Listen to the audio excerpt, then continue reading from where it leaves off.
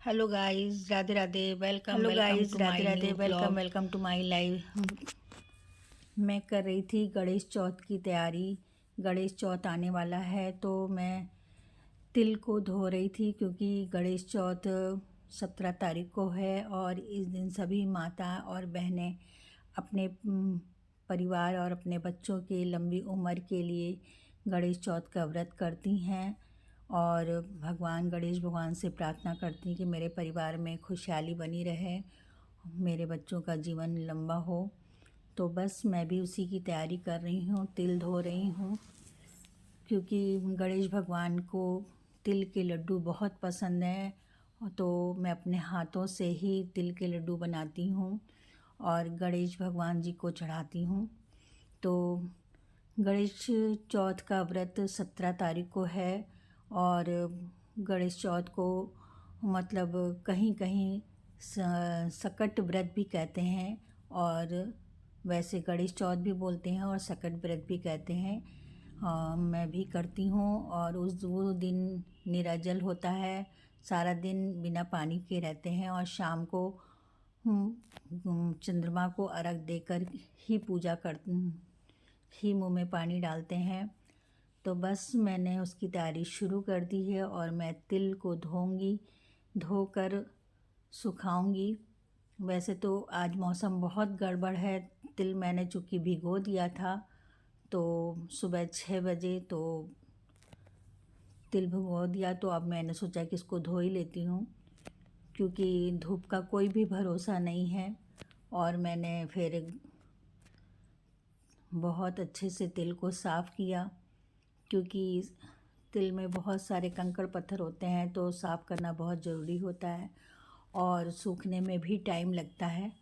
तो इसलिए मैंने सोचा कि तिल को धो ही लिया जाता है, धो लेते हैं। और बहुत मेहनत लगती है धोने में भी, क्योंकि बहुत पानी से धोना पड़ता है और भिगा देते हैं, जिससे कि उसके वो थोड़ा फूल जाता है। तो फिर उसके बाद हम फिर तिल को थोड़ा सा कूटते भी हैं, क्योंकि उसमें जो फूले हुए तिल होते हैं उसमें जितने भी उसके छिलके हैं वो थोड़े निकल जाते हैं। मैं भी आपको दिखाऊंगी कि कैसे हम लोग इसको कूटते हैं और कूट कर ही फिर से धोते हैं और फिर से धोने के बाद ही हम इसे धूप में सुखाएंगे। हालांकि धूप नहीं है इसलिए हमको पंखे में ही सुखाना पड़ेगा और सूखने में 4-5 दिन लग जाएंगे, क्योंकि मौसम बहुत ठंडा होता है और सभी माताएं बहनें भी करती हैं ये व्रत। आप लोगों के यहाँ इस व्रत को क्या बोलते हैं ज़रूर बताएं। मेरे यहाँ इसे गणेश चौथ भी बोलते हैं और कुछ लोग इसे सकट व्रत भी कहते हैं। बच्चों की लंबी उम्र के लिए ये व्रत किया जाता है। तो मैं बस उसी की तैयारी में लगी हुई हूँ, क्योंकि मौसम का कोई भी भरोसा नहीं है कि और ख़राब हो जाए या धूप निकल आए। धूप निकल आ जाएगी तो फिर मैं धूप में डाल दूँगी, नहीं तो मैं इसे प्रॉपर पंखे के नीचे ही सुखाऊंगी, क्योंकि बहुत मेहनत करने के बाद लड्डू बनाए जाते हैं। और लड्डू मैं उसी दिन बनाऊंगी जिस दिन गणेश चौथ का व्रत है, मतलब 17 तारीख को ही मैं लड्डू बनाऊंगी। और देखिए मैं थोड़ा थोड़ा तिल को कूट रही हूँ और कूट के मैं इसको, ये देखिए मैं इसका छिलका अलग कर देती हूँ कूट के। बहुत ज़ोर से हाथों से नहीं कूटा जाता है, क्योंकि बहुत ज़ोर से आते तो तिल जो है वो टूट जाएंगे।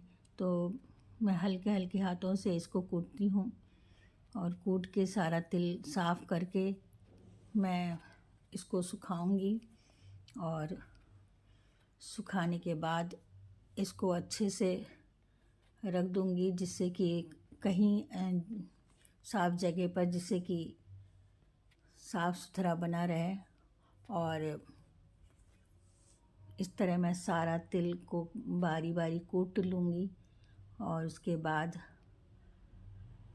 तिल को कूटने के बाद मैं इसको सुखाऊंगी। और बहुत मुश्किल हो रहा है, समझ में नहीं आ रहा है कि कहाँ इसे सुखाऊं, बट पंखे के अलावा और कोई ऑप्शन भी नहीं है मेरे पास। तो इसलिए अब पंखे में ही सुखाना पड़ेगा। बगल में मेरे हस्बैंड भगवान जी की पूजा के बर्तन धो रहे हैं कि उनको पूजा करनी थी। मैंने बर्तन नहीं धोए थे तो वो पूजा के लिए बर्तन धो रहे थे और मैं यहाँ तिल कूट रही थी। तो गाइज़, आप सभी लोगों को गणेश चौथ की बहुत बहुत शुभकामनाएं। गणेश चौथ 17 तारीख को है और गणेश चौथ कौन कौन माताएं बहनें रहती हैं अपने परिवार अपने बच्चों की लंबी उम्र के लिए ज़रूर बताएं, क्योंकि साल भर का ये बहन त्यौहार होता है। और साल में गणेश चौथ तो बहुत बार पढ़ते हैं, बट ये सबसे महत्वपूर्ण व्रत है जिसमें तिल का ही लड्डू चढ़ाते हैं। और मैंने सारा तिल कूट लिया है और ये देखिए, मैं आपको दिखाऊंगी कि तिल कूटने के बाद कैसा दिखता है। ये देखिए, थोड़ा सा छिलका उतर गया, थोड़ा साफ़ हो गया है। तो इसको मैं फिर से धोऊंगी, क्योंकि कूटने के बाद बहुत इसके छिलके अलग हो जाते हैं, तो कई बार पानी से धोना पड़ता है। और मैं पूरे अच्छे से साफ़ कर ही साफ़ कपड़े में फैलाऊंगी। मैक्सिमम हो गया है मेरा काम और इस तरह से मेरा ये काम हो गया। छोटा सा मिनी ब्लॉग था, मैंने सोचा आप लोगों को शेयर करते हैं, क्योंकि ये सभी मेरे यूपी में बहुत होता है और आप सबके यहाँ होता है कि नहीं होता है ये ज़रूर बताएं, क्योंकि ये व्रत गणेश भगवान का है। तो गणेश भगवान सबको अपना आशीर्वाद बनाए रखें। जय माता। तिल का पानी गर गया है, छलनी में छान लिया था, तो फिर मैंने उसे कमरे में ही मेज पर साफ़ कपड़ा बिछाकर मैं यहाँ पर तिल को फैला दूँगी, क्योंकि और कोई ऑप्शन नहीं बचा है मेरे पास तिल को कमरे में फैलाने के अलावा। और मैं अच्छे से इसको पूरे में फैला दूँगी, जिससे कि इसमें हवा लगती रहे, और पंखा चला दूँगी कि इसका पानी मैक्सिमम सूख जाए। और फिर ये 3-4 दिन तक ऐसे फैला रहेगा और फिर ये सूख जाएगा। फिर मैं इसके लड्डू बनाऊंगी।